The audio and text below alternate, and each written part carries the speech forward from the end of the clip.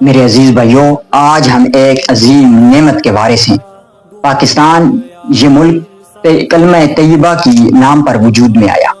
لاکھوں جانوں کی قربانیوں کے بعد ہمیں یہ آزاد دھرتی ملی، لیکن افسوس آج کچھ لوگ ایسے بھی ہیں جو اس ملک میں سانس لیتے ہیں، اس مٹی سے فائدہ اٹھاتے ہیں، لیکن دلوں میں بغض، حسد اور نفرت چھپائے بیٹھے ہیں۔ یہ وہ لوگ ہیں جو زبان سے کچھ اور بولتے ہیں، چہرے پر حب الوطنی کا نقاب پہنے ہوئے ہیں، لیکن دل میں پاکستان اور اس کے محافظ افواج پاکستان کے خلاف نفرت کے انگارے دہکا رہے ہیں۔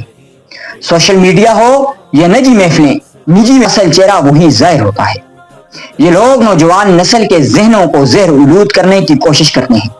ان کے نوجوانوں کے دلوں میں افواج پاکستان کے لیے بدگمانی پیدا کرتے ہیں، مگر یاد رکھو یہ وقت ہمیں آنکھیں کھولنے کا، اپنے دلوں کو پہچاننے کا اور اپنی نسلوں کو ان فتنوں سے بچانے کا وقت ہے۔ اے اللہ، تو دلوں کا حال خوب جانتا ہے۔ یا رب، جو لوگ تیرے دیے ہوئے اس ملک میں رہ کر بھی تیرے ہی انعام کی ناقدری کر رہے ہیں، جو تیرے دین کے دشمنوں کے ایجنڈے کو یہاں نافذ کرنے کے گھر پہ ہیں، اے اللہ ان کے شر سے ہمیں محفوظ فرما۔ اے اللہ، ہماری افواج پاکستان کو اپنی خاص نصرت عطا فرما، انہیں ہر فتنے پر غالب فرما۔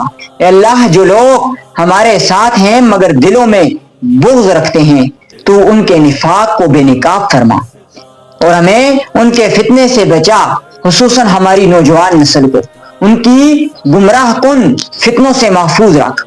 اے اللہ، ہمیں حق پہ استقامت دے۔